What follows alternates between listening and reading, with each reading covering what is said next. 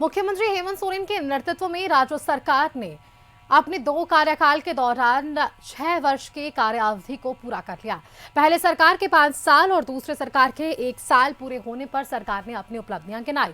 BJP ने सरकार के दोनों कार्यकाल को लेकर आरोप पत्र जारी किया। भाजपा कार्यालय में प्रदेश अध्यक्ष बाबूलाल मरांडी, कार्यकारी अध्यक्ष आदित्य साहू और विधायक नवीन जायसवाल ने सरकार के 6 वर्षों के कामकाज की खामियां गिनाई। नेता प्रतिपक्ष बाबूलाल मरांडी ने 6 वर्षों को बर्बादी का साल बताया और कहा कि यह अगुआ नहीं ठगुआ सरकार है।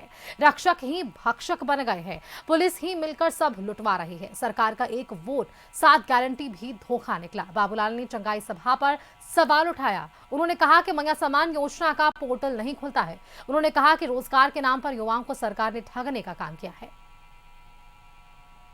रोजगार के संदर्भ में यहाँ के बच्चों को धोखा दिया है, नौजवानों को।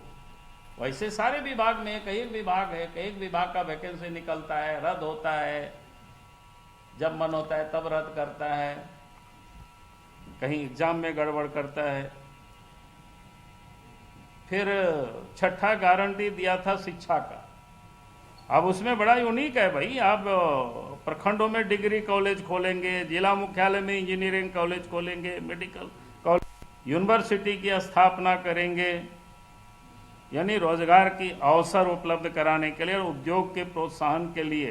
उन्होंने कहा था कि जिला मुख्यालय में 500 एकड़ की औद्योगिक क्षेत्र हम तैयार करेंगे। अब हमें कुछ बताने की जरूरत नहीं, आप सब लोग घूमते हैं, आप सब पत्रकार हैं भाई। संवाददाता संदीप अधिक जानकारी। यानी संपूर्ण झारखंड को ही एक प्रकार से इन्होंने ठगा। इसलिए इसका हेडिंग जैसा है, बर्बादी के 6 साल हेमंत सरकार। और आगुआ सरकार नहीं बल्कि ठगुआ सरकार, ठगों की सरकार। और इन्होंने हर हमेशा जिसको कह सकते हैं धोखा ही धोखा दिया। इसलिए इसका हेडिंग ही आप सब देखेंगे कि भाई साफ है, धोखा ही धोखा है। यानी इस सरकार ने झारखंड की जनता को धोखा ही धोखा दिया है। संवाददाता संदीप अधिक जानकारी के साथ फोन लाइन पर है। संदीप, देखिए, एक तरफ सरकार अपने दूसरे कार्यकाल को कह सकते हैं मनाने में जुटी हुई है, इसे ऐतिहासिक मनाने में बातें कही गई, लेकिन बीजेपी एक आरोप पत्र जारी करती नजर आई, जहां इस अगुआ सरकार की जगह इन्हें ठगुआ सरकार बताया गया और वो तमाम नाकामियां आज बाबूलाल मरांडी की तरफ से प्रेस कॉन्फ्रेंस में नजर आ पाई है।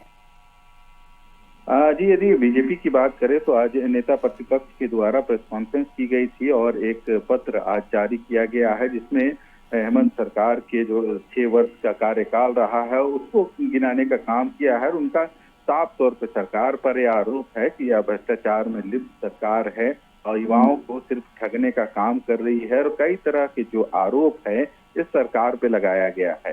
हालांकि इनका कहना है कि जिस तरह से विधि व्यवस्था की बात करें या भ्रष्टाचार की बात करें तो व्याप्त इसका जो 6 वर्षों में देखा जाए तो काफी बड़ा है, घटा नहीं है। हालांकि जो वादे इन्होंने चुनाव से पहले किए थे उन वादों को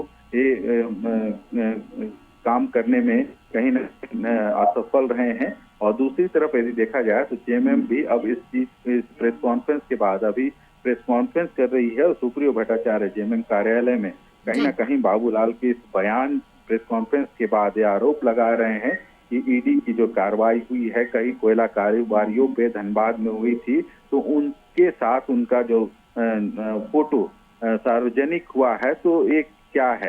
हालांकि जो सुप्रियो भट्टाचार्य महासचिव, उनका आरोप है कि बाबूलाल मरांडी इतने व्याकुल नजर आ रहे हैं, पर कहीं ना कहीं जो रेड पड़े हैं कोयला कारोबारियों पर तो उनके साथ इनका क्या साठ गांठ है। हालांकि जेएमएम की प्रेस कॉन्फ्रेंस अभी जस्ट शुरू हुई है और कई आरोप जेएमएम। बिल्कुल संदीप, चलिए आप खबर पर नजर बनाकर रखिए, अपडेट्स लेंगे आपसे। शुक्रिया फिलहाल के लिए आपका हमारे साथ जुड़ने के लिए। तो बाबूलाल मरांडी की तरफ से आरोप पत्र ये जारी किया गया। आप देखिए, दूसरी तरफ जेएमएम की तरफ से बात करें तो सुप्रियो भट्टाचार्य एक प्रेस कॉन्फ्रेंस भी कर रहे हैं, सीधे आपको लिए चलते हैं। माननीय मुख्यमंत्री जी से पूछताछ हुआ और राजभवन से उनको गिरफ्तार कर लिया। लेकिन जब एलबी सिंह के यहां पर सीबीआई गई, ईडी गई, तो 2 घंटे तक दरवाजा बंद रखा गया। उन पर उनके जो पालतू कुत्ते हैं उनसे हमला करवाया गया। ये मेरा नहीं, ये बयान ईडी का बयान है।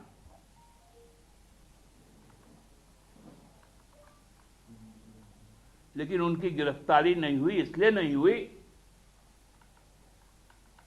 क्योंकि जो कुछ डायरी था उसमें बीएलएम नाम था और एक बड़ी राशि अंकित थी हर महीने की। ईडी का खुलासा होना चाहिए। आखिर 2 घंटे तक पूरे घर, पूरे कार्यालय परिसर में जो इलेक्ट्रॉनिक गैजेट्स थे, उनके अंदर जो दस्तावेज, जो सबूत थे, उनको डिलीट कर दिया गया।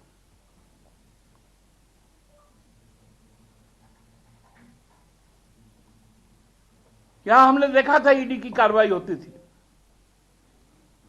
छोटे से छोटे लोगों को बुलाकर अपने साथ ले जाना, समन करना या उनके घर पर जाना, फिर उनको रात तक बैठा के रखना और अचानक घोषणा करना कि आप गिरफ्तार हो चुके। लेकिन क्या भारतीय जनता पार्टी के साथ बाबूलाल जी को स्पष्ट करना चाहिए और उनके अपने व्यक्तिगत तौर पर उनके साथ संबंध होने के कारण क्या एलबी सिंह को गिरफ्तार नहीं किया गया?